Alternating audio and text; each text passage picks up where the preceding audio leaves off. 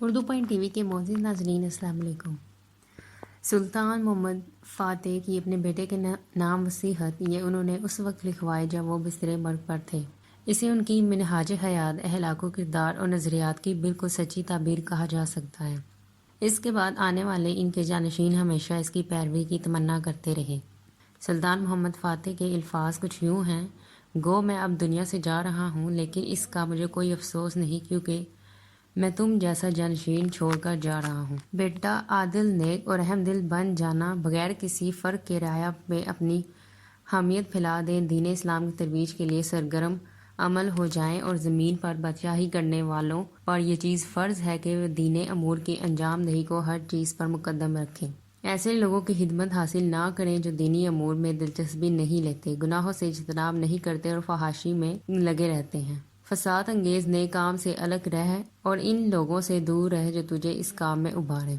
جہاد کر کے اپنے ملک کی حدود کو وسیع کریں، بیت المال کی رقم کو بکھیرنے سے بچائیں، اس بات سے بچیں کہ آپ کا ہاتھ اپنی رعایا کے کسی شخص کے مال کی طرف نہ بڑھے مگر جس کا حق اسلام نے دیا ہے۔ ضرورت مندوں کو ان کی خوراک کی ضمانت فراہم کریں اور مستحقین کی عزت کریں۔ چونکہ علماء سلطنت کے اندر جسم میں روح کی حیثیت رکھتے ہیں، اس لیے ان کی تعظیم کریں اور ان کی حوصلہ افزائی کریں۔ جب ان میں سے کسی کے بارے سنیں کہ وہ دوسرے شہر آئے ہیں تو انہیں اپنے پاس لے آئیں اور مال کے ذریعے ان کی عزت افزائی کریں۔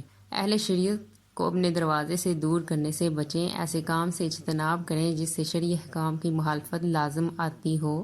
دین ہمارا مقصود ہے اور ہدایت ہمارا طریقہ کار ہے، اسی سے ہمیں کامیابی نصیب ہوئی ہے۔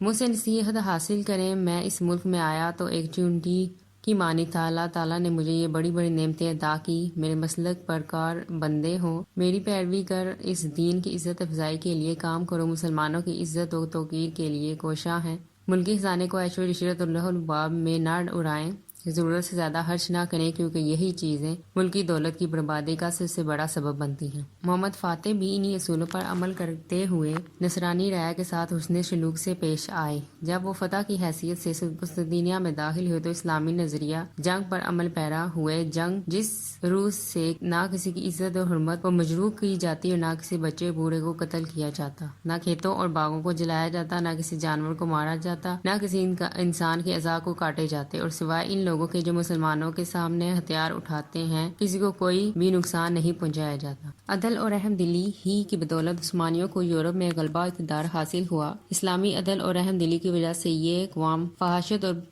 بربریت کی دلدل سے نکلی اور مساوات اور انصاف سے واقف ہوئی۔ بدترین طریقوں سے لوگوں کو غلام بنا لینا ایک ملکی نظام تھا جس پر وسطی اور جنوبی یورپ کا معاہدہ ہو چکا تھا۔ عثمانیوں نے آ کر اس ظلم کا خاتمہ کیا۔ عثمانی رحم دلی کے جذبات لے کر یورپ آئے، جیسا کہ نبی کریم صلی اللہ علیہ وسلم کے ارشاد میں اس کی تاکید کی گئی تھی۔ یہ ترک تعداد میں کچھ زیادہ نہیں تھے اور نہ ہی ان اقوام کے مقابلے میں ان کی جنگی تیاری زیادہ تھی جن پر بعد میں انہوں نے حکومت کی۔ یہ لوگ ان تمام کے سر کچل کر کینیا پہنچے۔ پہاڑی، سمندری اور صحرائی مشکلوں کو ان کی رحم دلی نے آسانی میں بدل دیا۔ سلطان محمد فاتح سے پہلے اور بعد میں دولت عثمانیہ کے جتنے فرما رواں ہوئے ہیں، ان تمام کی پرورش خالص اسلامی طریقہ پر ہوئی اور ان کی تربیت میں اس بات کا خاص خیال رکھا گیا کہ ان کے عقائد و نظریات میں کوئی کنجی نہ اور صحیح عقیدہ کے اہداف ہمیشہ ان کے پیش نظر رہیں۔ اسی لیے پوری سلطنت اسلامی رنگ میں رنگی ہوئی تھی۔ عثمانی سلاطین نے ہر چیز میں دین کو مقدم رکھا۔ یہ وصیت محمد فاتح کے اپنے ولی عہد کی رہنمائی کرتی ہے، وہ اعتدال اور حرجات میں میانہ روی اختیار کریں۔ یہ وصیت اللہ اور اس کے رسول صلی اللہ علیہ وسلم کے حکمت اعتدال اور میانہ روی کو صحیح سمجھنے کا نتیجہ ہے۔ ناظرین گرامی، اگر دیکھا جائے تو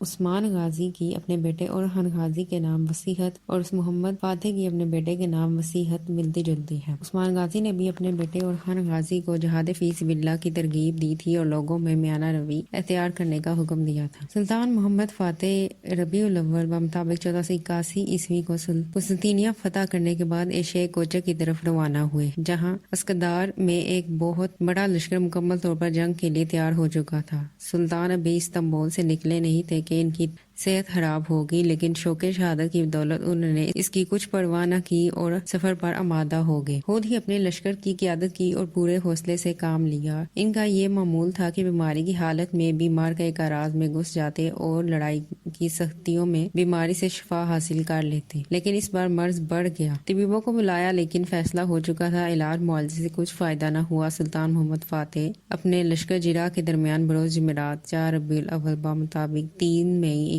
1481 کو وصال فرما گئے۔ وصال کے وقت ان کی عمر 52 سال تھی اور 30 سال سے زیادہ کا عرصہ انہوں نے سلطنت عثمانیہ کی فرما روائی میں گزارا تھا۔ آپ کے وصال کی خبر جب مشرق و مغرب میں پھیلی تو ایک خوفناک دھماکہ ہوا جس سے اسلام اور اہل اسلام کے تھڑا اٹھے۔ نصرانیات کے گھروں میں گھی کے چراغ جلنے لگے اور ان کی خوشی و مسرت کی کوئی انتہا نہ رہی۔ نصرانیوں نے روڈوس میں نماز شکر ادا کی اور کیونکہ ان کا خوفناک دشمن اب اس دنیا میں نہیں رہا تھا۔ عثمانی سلطنت کے لشکر اٹلی کے جنوب میں پہنچ چکے تھے تاکہ پورے ملک اٹلی کو فتح کر کے سلطنت عثمانیہ کا حصہ بنا لیں، لیکن بدقسمتی سے سلطان محمد فاتح کی وفات کی خبر نے لشکر کے حوصلوں کو پست کر دیا۔ مجبوراً عثمانیوں کو شاہ ناپولی کے ساتھ مذاکرات کرنے پڑے تاکہ وہ اپنی جان و مال کو بحفاظت بچا کر واپس ہو سکے۔ بظاہر تو مذاکرات کامیاب رہے ہیں، لیکن نصرانیوں نے عہد شکنی کرتے ہوئے فوج کے باقی ماندہ حصے کو گرفتار کر کے لوہے کی زنجیروں سے جکڑ دیا۔ سلطان کے وصال کی خبر جب روما پہنچی، پوپ نے بے حد خوشی منائی اور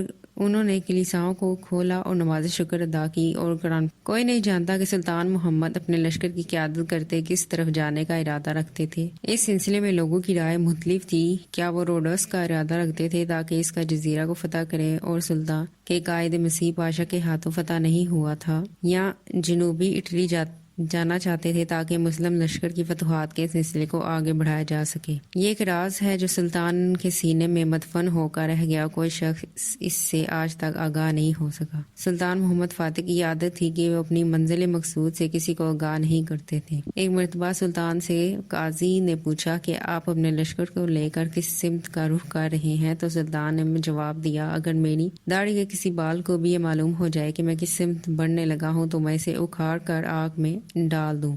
سلطان چاہتے تھے کہ اسلامی فتوحات جنوبی اٹلی سے انتہائی شمال تک پہنچ جائیں۔ وہ فرانس، ہسپانیہ اور اس سے آگے کے ممالک اور اقوام کو مغلوب کر کے اپنی سلطنت کا حصہ بنانا چاہتے تھے، لیکن زندگی نے مہلت نہ دی۔ سلطان نے استنبول میں علم کی ایک ایسی مضبوط بنیاد ڈالی جس کے سورج کو ڈوب جانے کا اندیشہ نہیں ہے۔ آج بھی استنبول کے علماء دنیا اسلام کی عظیم ترین علماء میں شمار ہوتے ہیں اور ان کے اہل حرف دنیا